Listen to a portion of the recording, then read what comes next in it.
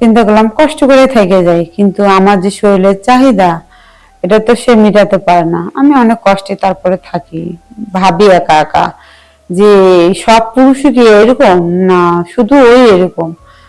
মানে না পারা, না পারা বোঝায় যে মানে উপরে ওঠে আর নামে এই পর্যন্তই, আর কিছুই না। কিন্তু একটা মেয়ে সবকিছু মানে করতে পারে, যখন যেটা আমি চাই তখন সেটা সে দিতে পারে, কিন্তু আমার মনের যে চাহিদাটা সেটা সে মেটাতে পারে না। আমি এভাবে তারা অনেকবার বোঝাই যে দেখো তুমি যেভাবে আমার সাথে মেলামেশা করো এতে আমার কিছুই হয় না। ও ও এখন আমার বোঝায় যে আমি তো চেষ্টা করি তোমার খুশি রাখার জন্য, তুমি কিভাবে চেষ্টা করো যে আমি খুশি থাকতে পারি না।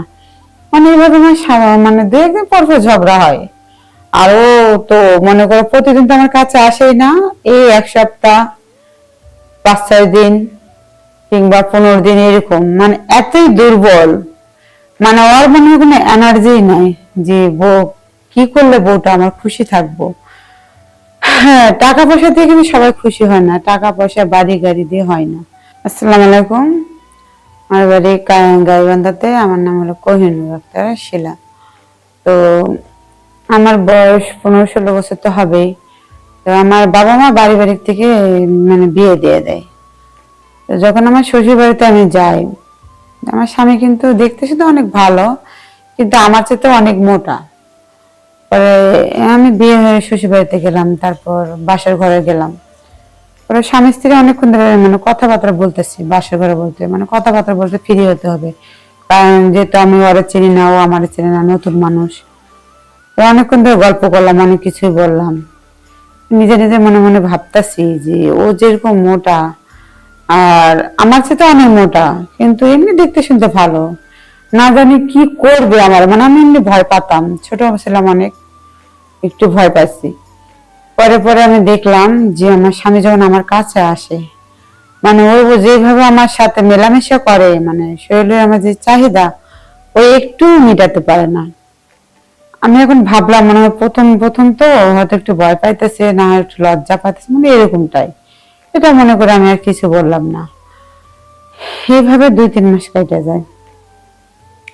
2-3 মাস কেটে যাওয়ার পর মানে এরকমটাই দেখি, মানে কোনো পরিবর্তন হয় না। কিন্তু আমার যে যৌবন জ্বালা সে যদি মিটাতে না পারে, তাহলে আমি ওই বাড়িতে কিসের জন্য থাকবো। চিন্তা করলাম আমার শ্বশুর বাড়ি যেরকম, আমার বাপের বাড়ি কিন্তু এরকমটা না। আমার বাপ মা একটু গরিব, ওরা অনেক বড় লোক। চিন্তা করলাম কষ্ট করে থেকে যাই, কিন্তু আমার যে শরীরের চাহিদা এটা তো সে মেটাতে পারে না। আমি অনেক কষ্টে তারপরে থাকি, ভাবি একা একা যে সব পুরুষই কি এরকম, না শুধু ওই এরকম।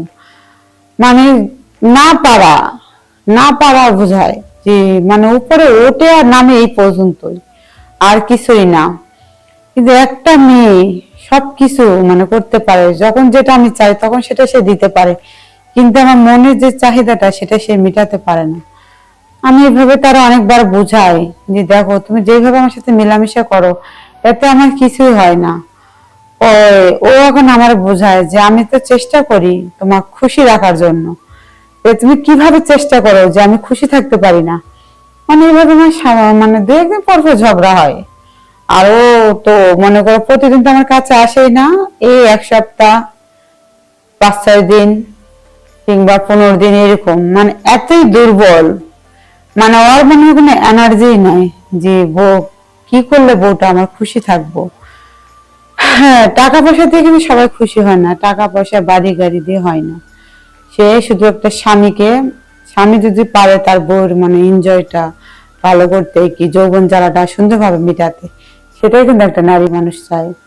আর এটাতেই কিন্তু মেয়েরা অনেক খুশি হয় যে স্বামী যে সুন্দরভাবে মেলামেশা করতে পারে, তার যৌবন জ্বালা মেটাতে পারে, সবসময় সে হাসি খুশি থাকবে।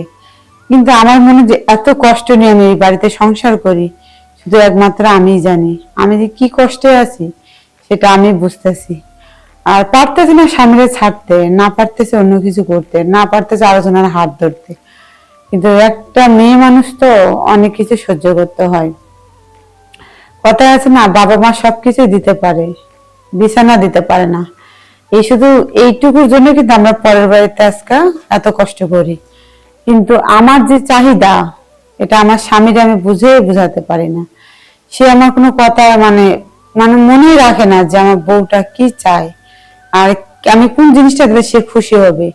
আমি ওদের জিজ্ঞাসা করি তুমি আমার কি দিতে চাও, তুমি যখন যেটা চাইবা। হ্যাঁ, আমি একটা জিনিসই তোমার কাছে চাই, যে আমার যে মনের যে জ্বালা এটা তুমি শুধু খালি মিটাবা, তোমার কাছে আমি আর কিছু চাই না। সে কয় আমি তো পারতাছি না, আর কিভাবে আমি তোমার সাথে পারবো।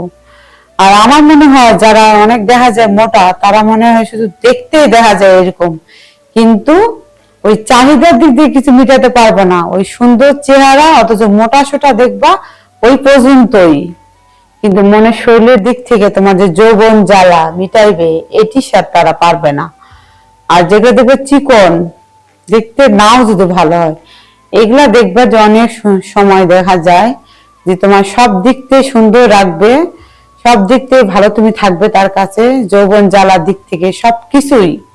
কিন্তু মোটা মানুষেরা শুধু দেখা যায় মোটাই, কিন্তু যৌবন জ্বালার দিকে তারা বউরে কোনদিন সুখ শান্তি দিতে পারবে না। আমি যে কষ্টেতে আছি সেটা আমি মাত্র জানি। আল্লাহ হাফেজ, আজকের মতো আমি বিদায় নিলাম।